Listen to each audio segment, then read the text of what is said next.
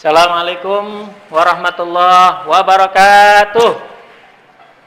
Alhamdulillahirabbil alamin. Mudah-mudahan pada kesempatan kali ini kita semua diberikan kesehatan. Bagaimana kabar kalian semua? Alhamdulillah, luar biasa, Allahu Akbar. Baik anak-anakku sekalian, pagi hari ini kita akan membahas tentang bab penyelenggaraan jenazah atau daurah tentang janaiz dalam bahasa Arabnya. Ini materi pendidikan agama Islam ini di kelas 11 SMA dan SMK.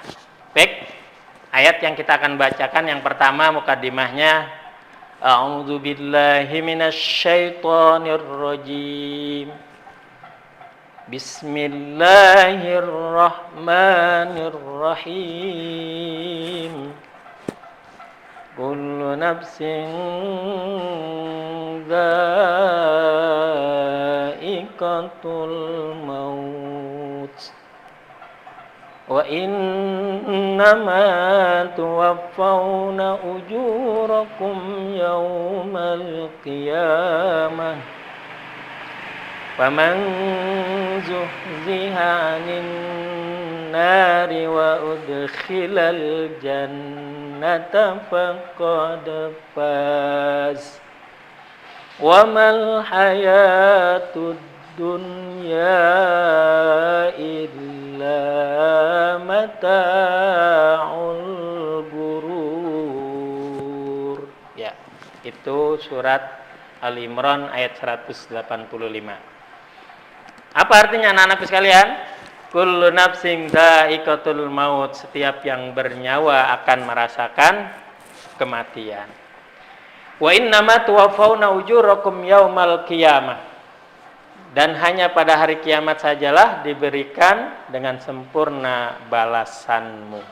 Faman zuhziha 'anil nar, barang siapa yang dijauhkan dari neraka, wa dukhilal jannah, dan dimasukkan ke dalam surga, faqad, maka sungguh faz, dia memperoleh kemenangan.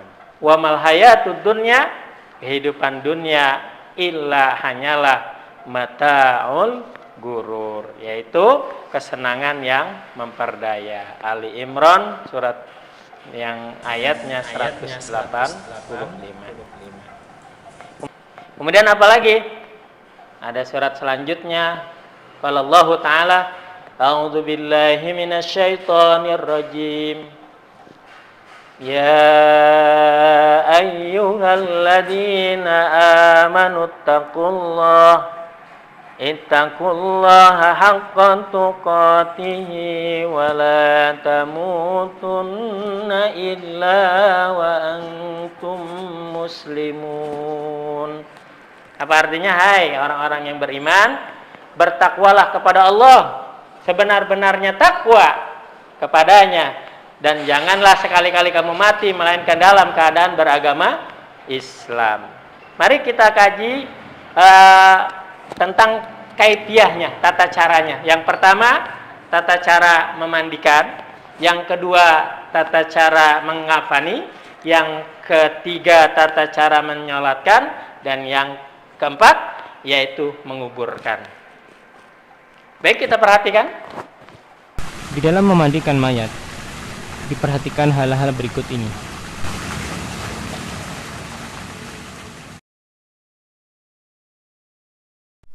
Pertama, memulai sebelah kanan dan tempat-tempat wudu. Rasulullah sallallahu alaihi wasallam bersabda, "Ibda'na bimayaminiha wa mawadi'il wudu'i minha." Rawahul Bukhari wa Muslim. Kedua, memandikannya 3 kali, 5 atau 7 atau lebih, sesuai dengan tuntutan kebutuhan. Hendaklah memandikannya itu dengan bilangan yang ganjil. Rasulullah sallallahu alaihi wasallam bersabda, "Ighsilnaha 3 aw 5 aw 7 aw akthar min dhalik in ra'aytunna dhalik." Ketiga, sebagiannya disertai dengan daun sidr atau bidara, atau yang bisa menggantikannya. Rasulullah Shallallahu Alaihi Wasallam bersabda, Bima'in wa sidrin. keempat, pintalan rambut dibuka dan dicuci dengan baik. Kelima, menyisir rambut.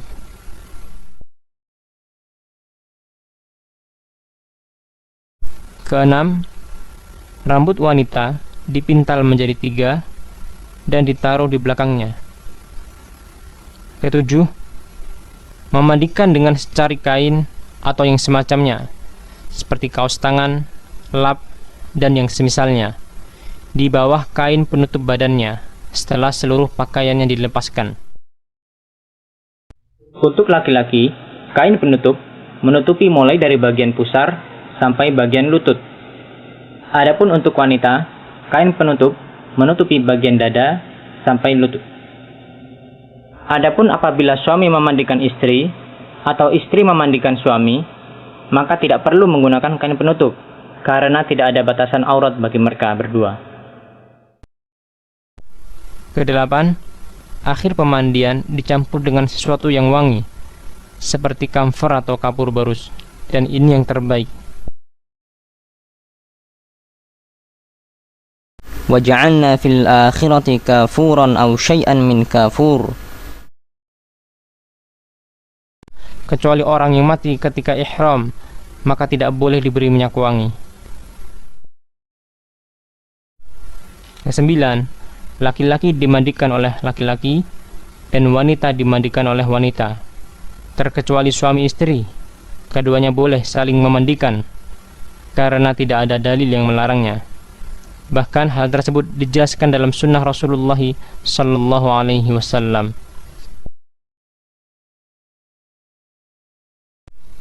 Kesepuluh, yang memandikan hendaklah orang yang paling tahu tentang sunnah memandikan, apalagi jika dia dari keluarganya atau kerabatnya. Kesebelas, orang yang memandikan mayat akan mendapatkan pahala yang besar dengan 2 syarat. Yang pertama, dia menutupi cacatnya dan tidak menceritakan perkara yang dibencinya yang dia lihat tatkala memandikan mayat. Hal ini sebagaimana dijelaskan dalam hadis Rasulullah sallallahu alaihi wasallam berikut ini. Man ghassala musliman fakatama alaihi ghafara lahu Allahu 40 marratan. Rawahul Hakim wal Baihaqi. Yang kedua, hal itu dia lakukan untuk mencari wajah Allah Subhanahu wa taala, tidak menghendaki balasan dan ucapan terima kasih atau perkara-perkara duniawi lainnya, karena Allah Subhanahu wa ta'ala tidak akan menerima perkara-perkara akhirat kecuali yang ikhlas untuk wajah Allah Subhanahu wa ta'ala. Ke-12, bagi orang yang memandikan mayat disukai untuk mandi, akan tetapi tidak diwajibkan. Ke-13, tidak disyariatkan memandikan orang yang mati syahid, walaupun saat itu ia diketahui bahwasanya sedang dalam keadaan junub. Kaum laki-laki atau wanita dibolehkan memandikan jenazah anak laki-laki ataupun perempuan yang berusia di bawah 7 tahun, sebab tidak ada batasan aurat bagi mereka. Apabila seorang laki-laki wafat di antara kaum wanita tanpa ada seorang muslim pun bersama mereka dan tanpa ada istrinya atau ibunya, dan demikian pula sebaliknya, apabila seorang wanita wafat di antara kaum laki-laki, maka jenazahnya tidak perlu dimandikan, akan tetapi cukup ditayamumkan saja, yaitu salah seorang di antara yang hadir menepuk tanah dengan kedua tangannya, lalu mengusapkannya pada wajah dan kedua punggung telapak tangan si mayat. Janin yang gugur, bila telah mencapai usia 4 bulan dalam kandungan, jenazahnya hendaklah dimandikan, disolatkan, dan diberi nama baginya. Hal ini berdasarkan hadis riwayat Muslim yang menerangkan bahwasanya setelah waktu 4 bulan atau 120 hari, maka ruh telah ditiupkan pada seorang manusia. Adapun sebelum 4 bulan itu, maka ia hanyalah sekerat daging yang bisa dikuburkan di mana saja tanpa harus dimandikan dan disolatkan. Apabila terdapat halangan untuk memandikan jenazah, misalnya tidak ada air, atau karena kondisi jenazah yang sudah tercabik-cabik atau gosong sehingga tidak mampu dimandikan, maka cukup ditayamumkan saja, yaitu salah seorang di antara hadirin menepuk tanah dengan kedua tangannya lalu mengusapkannya pada wajah dan kedua punggung telapak tangan si mayat.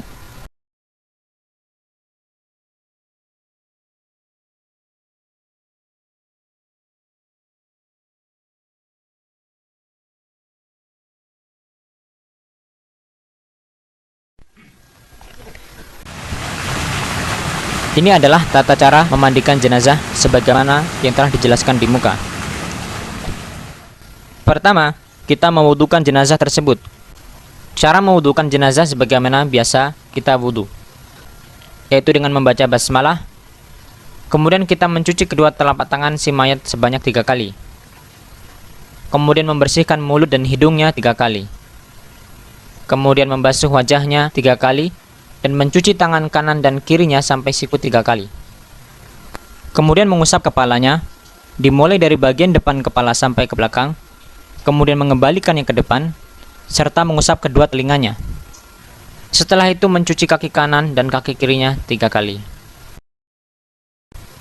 Setelah itu kita menyiramkan air perasan daun bidara atau yang menggantikannya, semisal sabun, sampo, dan yang lainnya. Kita menyiram kepala si mayat dan wajahnya dengan air tersebut sambil membasuh dengan busanya.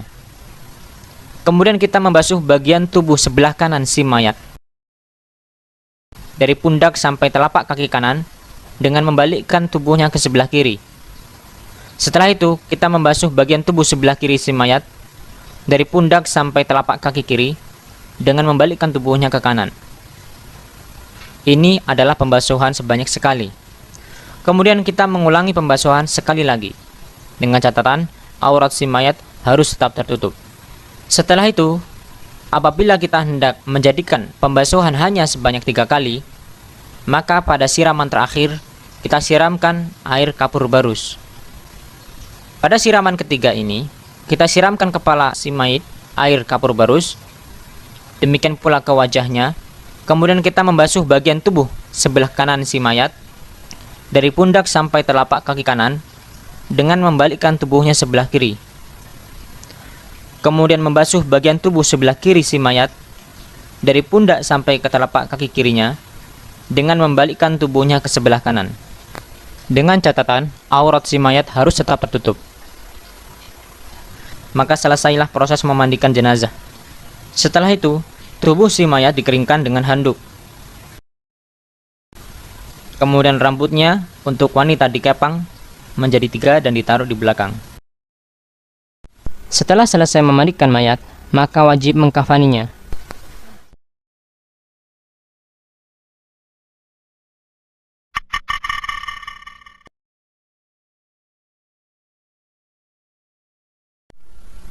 Setelah selesai memandikan mayat, maka wajib mengkafaninya.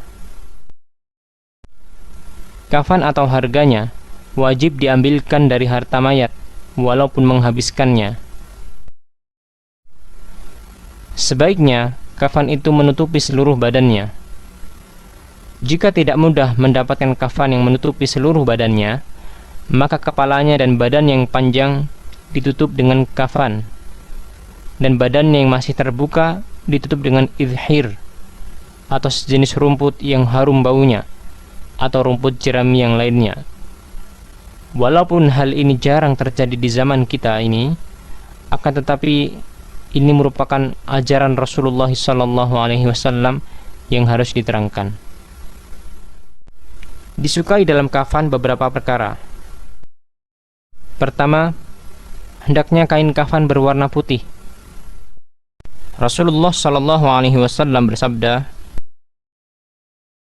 Albisu min thiyabikumul bayad, fa innaha khairu thiyabikum, wa kafinu fiha mautakum. Rawahu Abu Dawud wa Tirmidzi. Yang kedua, hendaknya kain kafan terdiri atas 3 lapis kain.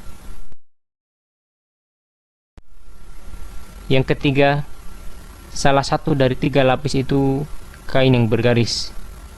Rasulullah Shallallahu Alaihi Wasallam bersabda, "Idza tuwfiya ahadukum fawajada syai'an falyukaffan fi thawbi hibaratin."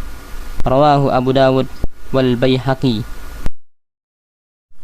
Maksudnya adalah salah satu di antara 3 lapis kain yang digunakan untuk membungkus mayat adalah kain yang berwarna putih dan memiliki corak garis-garis, dan 2 kain yang lainnya berwarna putih.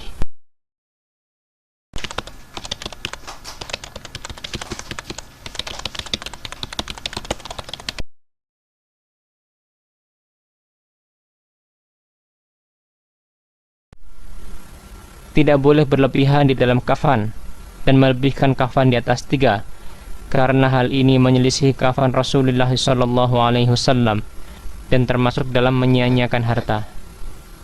Kafan wanita seperti halnya kafan laki-laki, karena tidak ada dalil sahih yang membedakannya.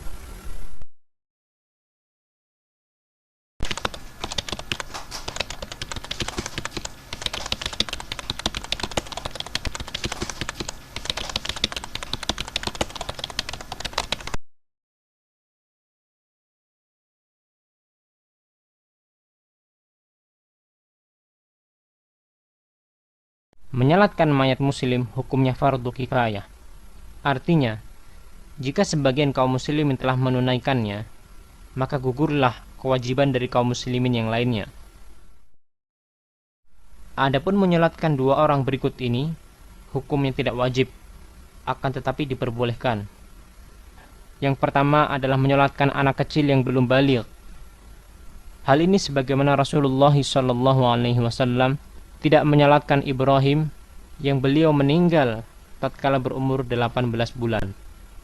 Demikian pula bayi yang keguguran jika telah berumur 4 bulan atau lebih lalu mati. Adapun jika gugur sebelum umur 4 bulan, maka tidak disyariatkan untuk disalatkan.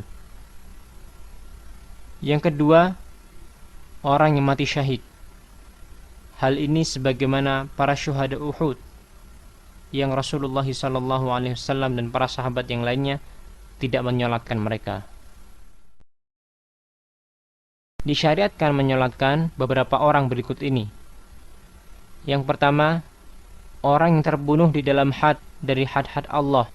Had artinya hukuman-hukuman yang Allah Subhanahu wa Ta'ala tetapkan terhadap bentuk-bentuk kejahatan tertentu seperti rajam, dera, dan yang lainnya. Yang kedua, orang durhaka, orang yang terjerumus ke dalam kemaksiatan dan hal-hal yang haram. Akan tetapi seyogyanya bagi ahli ilmu dan ahli agama tidak menyolatkan orang yang seperti ini, sebagai hukuman dan pelajaran bagi orang-orang yang semacamnya, agar mereka bertobat dan kembali kepada jalan yang benar. Yang ketiga, orang yang berhutang yang tidak meninggalkan harta untuk membayar hutangnya, maka dia disalatkan. Yang keempat, mayat yang telah dikubur padahal belum disalatkan, maka orang-orang boleh menyalatkan di kuburnya. Yang kelima, orang yang mati di suatu kota atau di suatu tempat di mana di sana tidak ada orang yang menyalatkannya, maka sekelompok kaum muslimin menyalatkannya dengan salat ghaib. Dan salat ghaib ini hanya dilaksanakan apabila orang yang meninggal atau mayat berada di suatu tempat yang dia belum disalatkan oleh kaum muslimin yang lainnya. Adapun jika dia sudah disalatkan, maka tidak perlu diadakan salat ghaib. Haram menyalatkan, memohonkan ampun, memohonkan rahmat untuk orang-orang kafir dan munafik. Allah Subhanahu wa Ta'ala telah berfirman,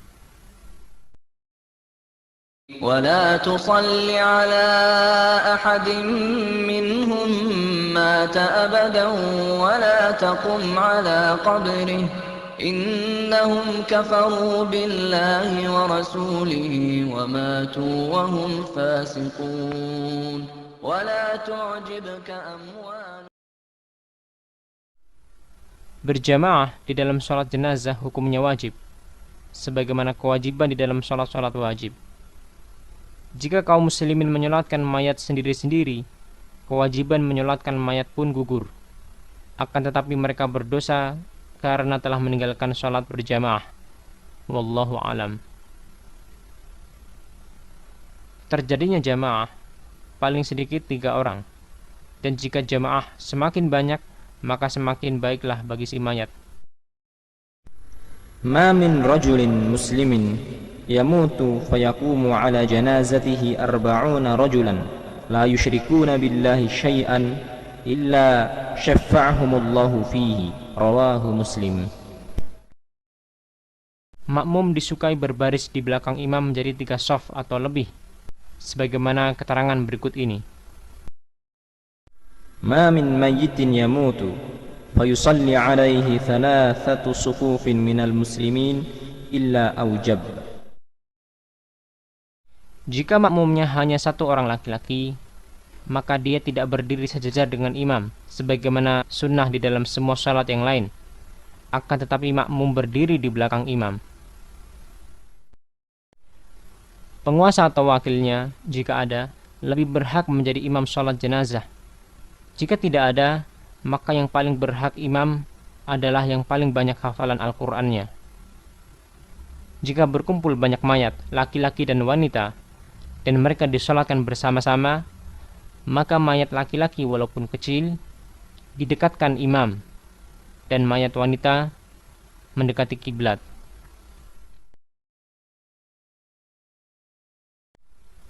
Boleh juga setiap mayat dari mayat-mayat itu disalatkan sendiri-sendiri, dan inilah asalnya. Imam berdiri di belakang kepala mayat laki-laki dan di tengah mayat wanita. Bertakbir 4 kali. Inilah yang paling kuat, sebagaimana keterangan berikut ini. Anna Rasulullah sallallahu alaihi wasallam shalla ala janazatin fakabbara 'alaiha 4 wa sallama taslimatan wahidatan. Rawahul Hakim. Atau 5 kali, atau 6, 7, 9. Disyariatkan mengangkat kedua tangan hanya pada takbir pertama saja. An Abdullah bin Abbas anna Rasulullah sallallahu alaihi wasallam kana yarfa'u yadayhi 'ala al-janazati fi awwal takbiratin thumma la ya'ud. Meski demikian, diperbolehkan pula untuk mengangkat kedua tangan pada setiap takbir dalam salat jenazah, sebagaimana yang dilakukan oleh Ibnu Umar radhiyallahu anhuma, sebagaimana dalam hadis riwayat Baihaqi dengan sanad yang sahih. Kemudian meletakkan tangan kanannya di atas tangan kirinya dan meletakkannya di dada. Setelah takbir pertama, membaca Al-Fatihah dan surat. Qala Abu Talhata shallaitu khalfa Ibn Abbas radhiyallahu anhu ala janazatin faqara'a bi Fatihatil kitab wa suratin. Rawahu al-Bukhari wa Abu Dawud. Bacaan di dalam salat jenazah adalah sir atau pelan-pelan. Kemudian bertakbir yang kedua, lalu membaca sholawat Nabi SAW. Kemudian bertakbir untuk yang lainnya, dan mengikhlaskan doa untuk sang mayat di dalam doa-doa tersebut. Hendaknya berdoa di dalam salat jenazah adalah dengan doa-doa yang telah dituntunkan oleh Rasulullah SAW. Setelah itu, mengucapkan salam 2 kali, seperti halnya dalam salat wajib, 1 ke kanan dan 1 ke kiri. Boleh juga mencukupkan 1 salam saja. Anna Rasulullah sallallahu alaihi wasallam shalla ala janazatin fakabbara 'alaiha 4 wa sallama taslimatan wahidatan. Rawahul Hakim. Dan menurut sunnah Nabi SAW, mengucapkan salam itu dengan pelan-pelan. Imam dan makmum di belakangnya sama. Mereka semuanya mengucapkan pelan-pelan.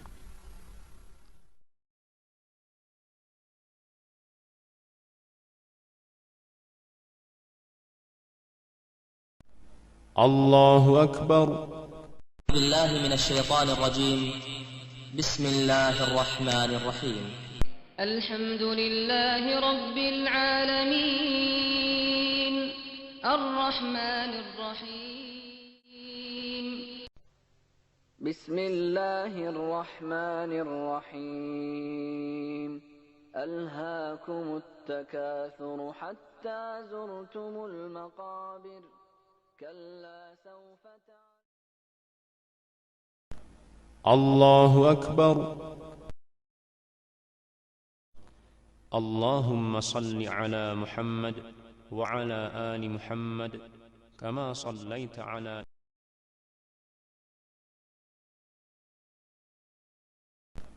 الله أكبر. اللهم اغفر له وارحمه وعافه واعف. الله أكبر.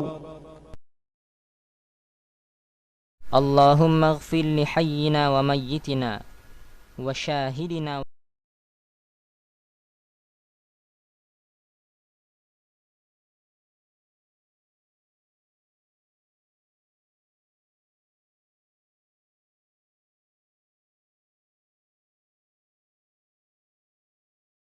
السلام عليكم ورحمة الله.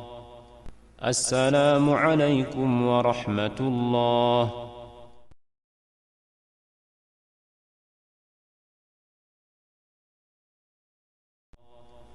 السلام عليكم.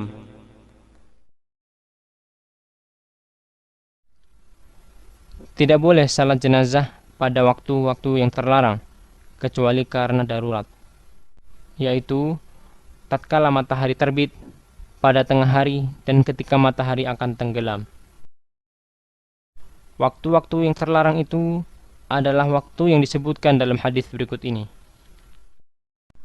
An Uqbah bin Amir radhiyallahu anhu qala 3 sa'atin kana Rasulullah sallallahu alaihi wasallam yanhana an nusalli fihinna aw an naqbura fihinna mautana hina tatlu'u asy-syams bazighatan hatta tartafi' wa hina yaqumu qa'imu adh-dhahirah hatta tamila asy-syams wa hina tadhifu asy-syams bil ghurubi hatta taghrub. Rawahu Muslim.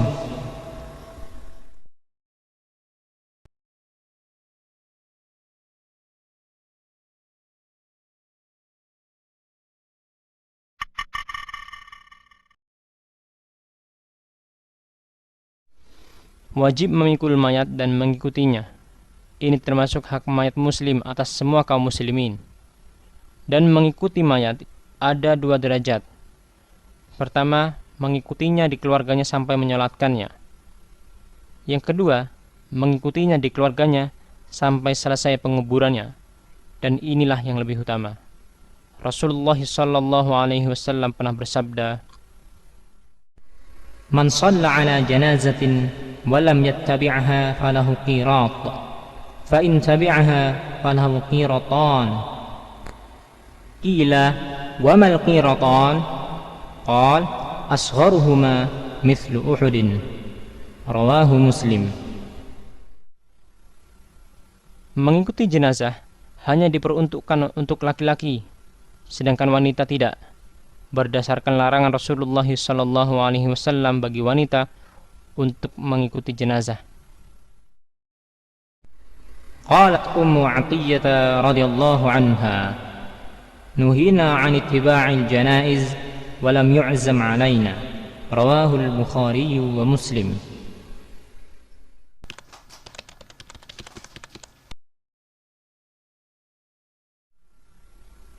Jenazah tidak boleh diikuti dengan apa-apa yang menyelisihi syariat, seperti menangis dengan keras, mengikutinya dengan kemenyan, dan yang semacamnya. Termasuk ucapan-ucapan yang sama sekali tidak dicontohkan oleh Rasulullah SAW, seperti ucapan Wahidullah, La ilaha illallah dengan suara keras, dan yang semacamnya, yang kesemuanya ini termasuk dalam kebid'ahan yang tidak dicontohkan oleh Rasulullah SAW. La tuttaba'ul janazatu bisautin wala narin. Adapun yang dituntunkan adalah diam, tidak berbicara, berpikir serta merenung terhadap apa-apa yang dilihatnya. Wajib berjalan cepat membawa mayat, akan tetapi tidak sampai lari-lari kecil. Boleh berjalan di depan mayat atau di belakangnya, dan inilah yang paling utama, atau di sebelah kanannya atau di sebelah kirinya. Adapun yang lebih utama dengan berjalan di belakang mayat adalah karena Rasulullah SAW pernah bersabda, Wattabi'ul janaiz. boleh berkendaraan setelah kembali dari penguburan dan tidak makruh. Adapun membawa jenazah dengan kereta atau mobil yang dikhususkan untuk jenazah dan para pelayat mengantarkannya dengan mobil-mobil, maka ini tidak disyariatkan kecuali karena terpaksa. Karena hal itu merupakan kebiasaan orang-orang kafir dan hal itu akan menghilangkan tujuan mengiringi jenazah dan memikulnya, yaitu mengingatkan manusia akan negeri akhirat. Apalagi hal itu akan menyedikitkan orang-orang yang mengiringinya serta orang-orang yang mengharapkan pahala dari mengiringi jenazah. Berdiri untuk jenazah telah dihapus hukumnya, maka tidak dilakukan. Disukai bagi orang yang telah memikul jenazah untuk berwudu, akan tetapi hal ini tidak diwajibkan.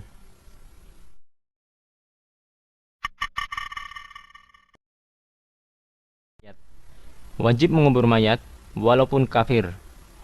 Hal ini sebagaimana sabda Rasulullah sallallahu alaihi wasallam kepada Ali bin Abi Thalib tatkala paman beliau sallallahu alaihi wasallam yaitu Abu Thalib mati. Idhab fawarih.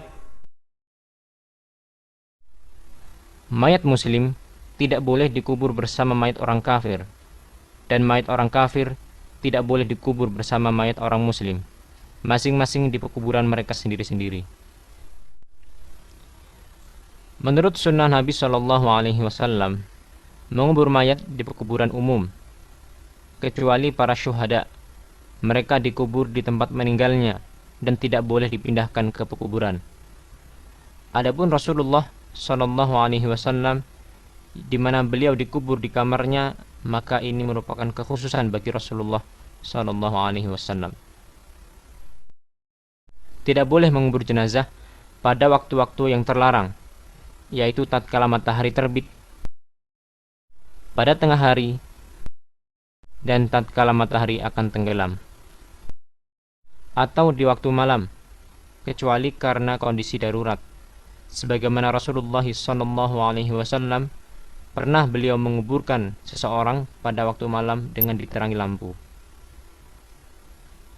Wajib hukumnya untuk mendalamkan kubur, meluaskannya dan membaguskannya.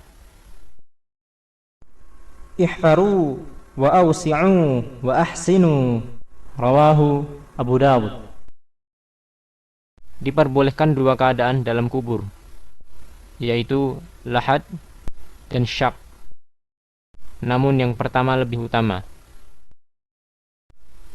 Lahad adalah celah pada sisi kubur ke arah kiblat.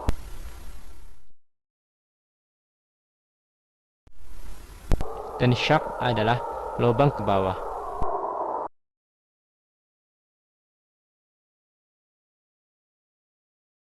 Tidak mengapa di dalam satu lubang dikuburkan dua mayat atau lebih ketika darurat dan didahulukan mayat yang lebih utama. Sebagaimana sabda Rasulullah sallallahu alaihi wasallam untuk para syuhada Uhud, karena banyaknya mereka, Nabi sallallahu alaihi wasallam bersabda, Wadfanul ithnain wathalathah fil qabr wa qaddimu aktsarahum Qur'anan. Rawahu Abu Dawud. adapun yang menurunkan mayat adalah laki-laki, bukan wanita, walaupun mayatnya adalah seorang wanita. Wali-wali mayat lebih berhak untuk menurunkan mayat, sebagaimana firman Allah Subhanahu wa taala dalam surah Al-Ahzab ayat 6. وأولو الأرحام بعضهم أولى ببعض في كتاب الله من المؤمنين والمهاجرين. Suami boleh mengurusi sendiri penguburan istrinya. Disyaratkan bagi orang yang menurunkan mayat pada malam sebelumnya dia tidak menggauli istrinya. Hal ini sebagaimana tatkala pemakaman anak perempuan Rasulullah Shallallahu Alaihi Wasallam, maka Rasulullah Shallallahu Alaihi Wasallam memerintahkan kepada Abu Talhah radhiyallahu anhu untuk turun ke kubur atau menguburkannya, karena beliau atau Abu Talhah tidak menggauli istrinya malam sebelumnya.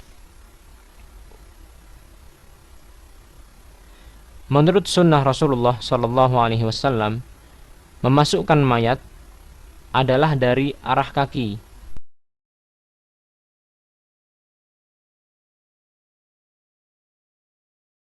أوصى الحارث أن يصلى عليه عبد الله بن يزيد فصلى عليه ثم أدخله القبر من قبل رجلي القبر وقال هذا من السنة رواه أبو داود.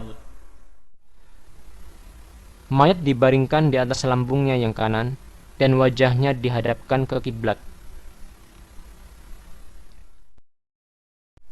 Orang yang meletakkan mayat di dalam kubur mengucapkan Bismillahi wa ala sunnati Rasulillah, atau dia membaca Bismillahi wa billahi wa ala millati Rasulillahi. Setelah kuburnya ditutup, orang yang ada di sekitar kubur tersebut disunahkan untuk menuangkan tanah 3 kali dengan kedua tangannya.